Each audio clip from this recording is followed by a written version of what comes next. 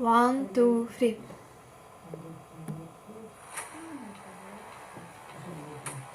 Imagine करो एक ऐसी दुनिया जिसमें न्यूक्लियर वेपन्स का इस्तेमाल होगा, जिसके बाद हमारी पूरी दुनिया तहस नहस हो जाएगी, बीमारियां फैलने लगेंगी, हमारी टेक्नोलॉजीज खराब हो जाएंगी और हम डेवलपमेंट में कई साल पीछे चले जाएंगे। 2038 से शुरुआत होगी एक डार्क एज की।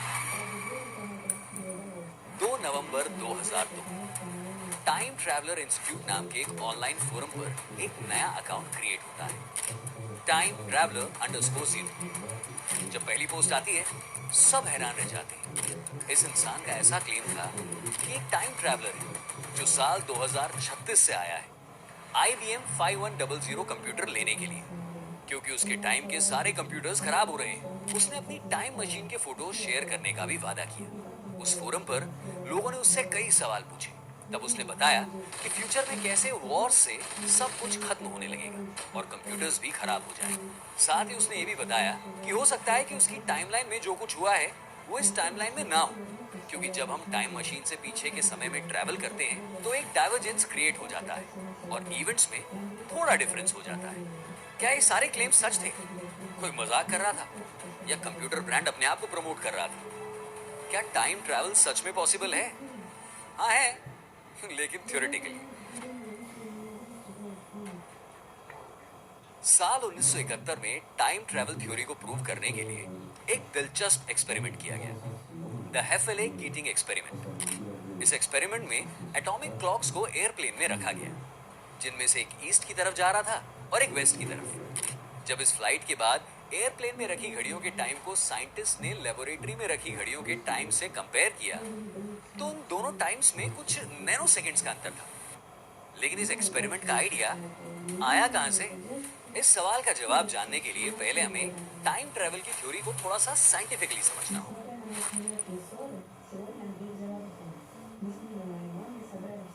सर आइजैक न्यूटन ने पहले टाइम को एक कांस्टेंट बताया था, जो कि स्पीड या पोजीशन पर डिपेंड नहीं करता, और इसलिए ऐसा माना जाने लगा कि भले ही आप धरती पर हो या स्पेस में, समय एक जैसा ही चलेगा।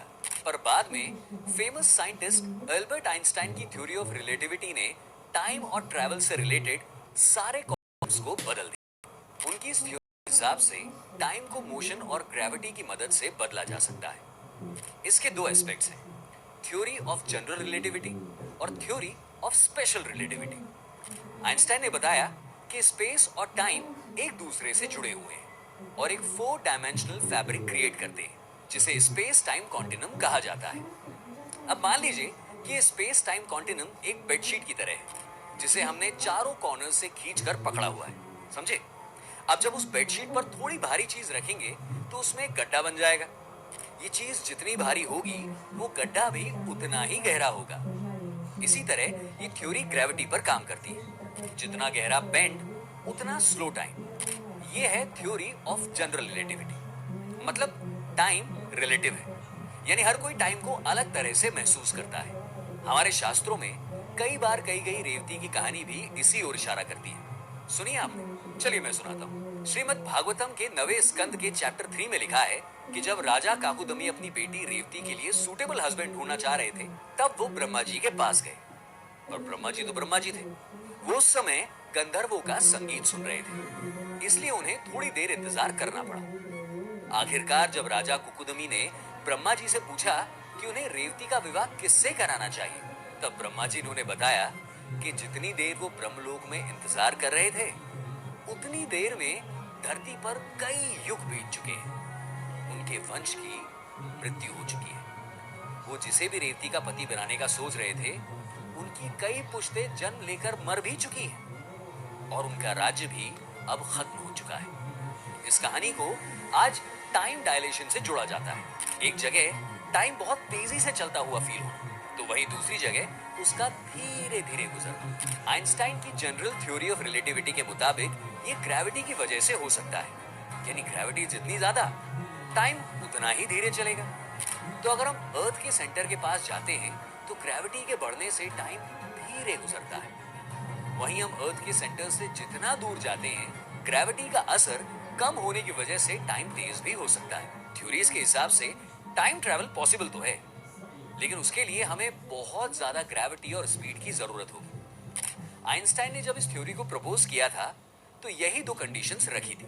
आप खुद ही सोचिए, जब एयरप्लेन की स्पीड पर ट्रैवल करने पर भी सिर्फ कुछ नैनो सेकंड्स का ही डिफरेंस आ रहा है, तो अगर हमें कई साल या सेंचुरीज ट्रैवल करनी है तो लाइट की स्पीड से चलना होगा या ब्लैक होल जैसी ग्रेविटी की जरूरत पड़ने वाली है। लेकिन टाइम ट्रैवल करने का ये तो एक कंसेप्चुअल तरीका हुआ, जहां आप एक टाइम पीरियड से दूसरे टाइम पीरियड में जंप नहीं कर रहे हैं, बल्कि आपका टाइम धीरे या तेज चल रहा है, राइट?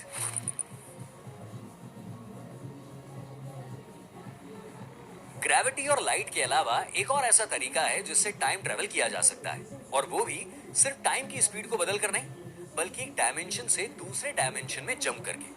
वर्म होल्स सिंप्लीफाई करके समझे तो कुछ थ्योरीज के हिसाब से स्पेस टाइम कॉन्टिनम में कई सारे छोटे छोटे छेद हैं जो कि स्पेस टाइम कॉन्टिनम में ट्रैवल करने के लिए एक ब्रिज का काम करते हैं। अब ये तो बात हुई टाइम ट्रैवल करने के पॉसिबल तरीकों की, लेकिन ऐसे कुछ एक्सपेरिमेंट्स, मेथड्स या मशीन्स भी तो होंगी जिनका मेंशन रिसर्च पेपर्स और कॉन्स्पिरेसी में किया गया है, जिससे मे भी नियर फ्यूचर में हमारे लिए टाइम में ट्रैवल किया जाना पॉसिबल हो जाए।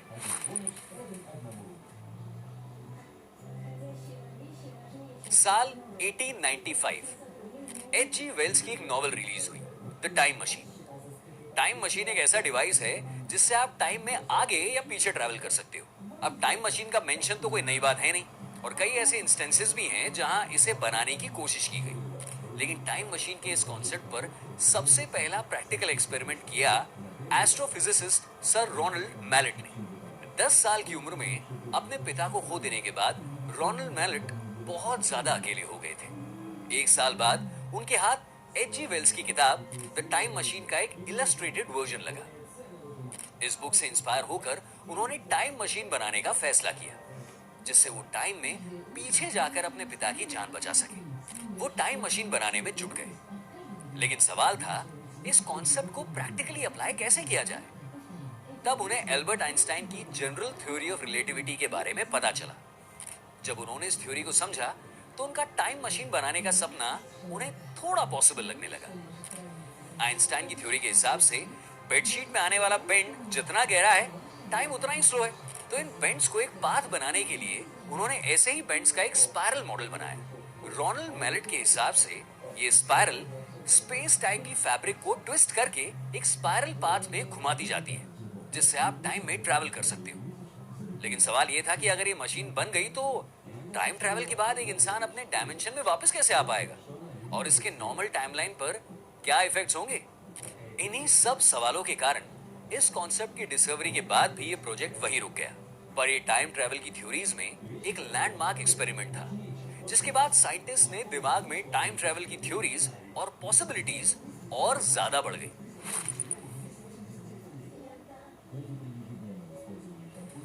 टाइम ट्रैवल से रिलेटेड कई सारे एक्सपेरिमेंट किए जाने लगे, जिनमें CIA का एक सीक्रेट मिशन भी शामिल था, द मॉन्टूक प्रोजेक्ट। ये यूएस की कई बड़ी कॉन्स्पिरेसी थ्योरीज में से एक है, जिनमें रिसर्चर्स ऐसे लोगों को किडनैप करते जिनके पास कोई घर नहीं था, और फिर उनके ऊपर टाइम ट्रैवल से रिलेटेड खतरनाक एक्सपेरिमेंट किए जाते। ऐसा कहा जाता है कि मॉन्टूक के साइंटिस्ट वापस आने वाले टाइम ट्रैवल से दूसरी तरफ होने वाली हर चीज की जानकारी लेते थे, लेकिन एक्सपेरिमेंट्स के ज्यादातर सब्जेक्ट कभी अपनी टाइमलाइन में वापस लौटे ही नहीं। टाइम ट्रैवल दुनिया के लिए कोई नया कॉन्सेप्ट नहीं, इसे दो भागों में समझा गया। पहला है फॉरवर्ड टाइम ट्रैवल और दूसरा बैकवर्ड टाइम ट्रैवल।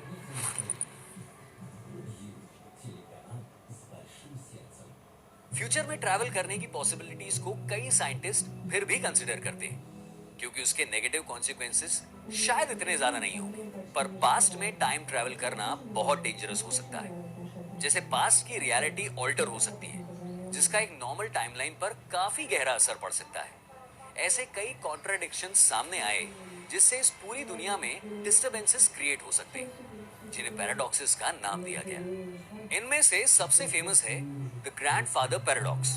सोचिए कि आपने पास्ट में ट्रैवल किया और आपके बर्थ से पहले ही आपसे कोई ऐसी गलती हो गई जिससे आपके ग्रैंडफादर की मौत हो गई, तो लॉजिकली आप तो अब इस दुनिया में एग्जिस्ट ही नहीं करते ना। इस पैराडॉक्स के जवाब में फिजिसिस्ट आइगोर नोविकोव ने एक सेल्फ कंसिस्टेंस प्रिंसिपल प्रपोज किया, जिसके हिसाब से हमारे यूनिवर्स का एक बिल्ट इन मैकेनिज्म होता है जिसके कारण टाइम ट्रैवलर ने समय में पीछे जाकर जो भी चीजें की होती हैं वो पहले से ही पास्ट का पार्ट होती हैं और कोई उसे बदल नहीं सकता। कुछ थ्योरीज ऐसी भी हैं कि अगर टाइम में पीछे जाकर आप कोई ऐसी चीज करते हैं जो लॉजिकल कॉन्ट्रडिक्शंस बन सकती है तो वहीं से एक ऑल्टरनेट यूनिवर्स क्रिएट हो जाता है और यहीं से शुरू होता है थ्योरी ऑफ मल्टीवर्स, जैसा कि मार्वल की मूवीज में दिखाया जाता है। ऐसे और भी कई सारे पैराडॉक्सेस हैं जो हमें ये सोचने पर मजबूर कर देते हैं कि पास्ट में ट्रैवल करने के ये कॉन्ट्रडिक्शंस अगर सच में पॉसिबल हो सकते हैं तो इनका क्या इफेक्ट होगा और वो कितना खतरनाक हो सकता है।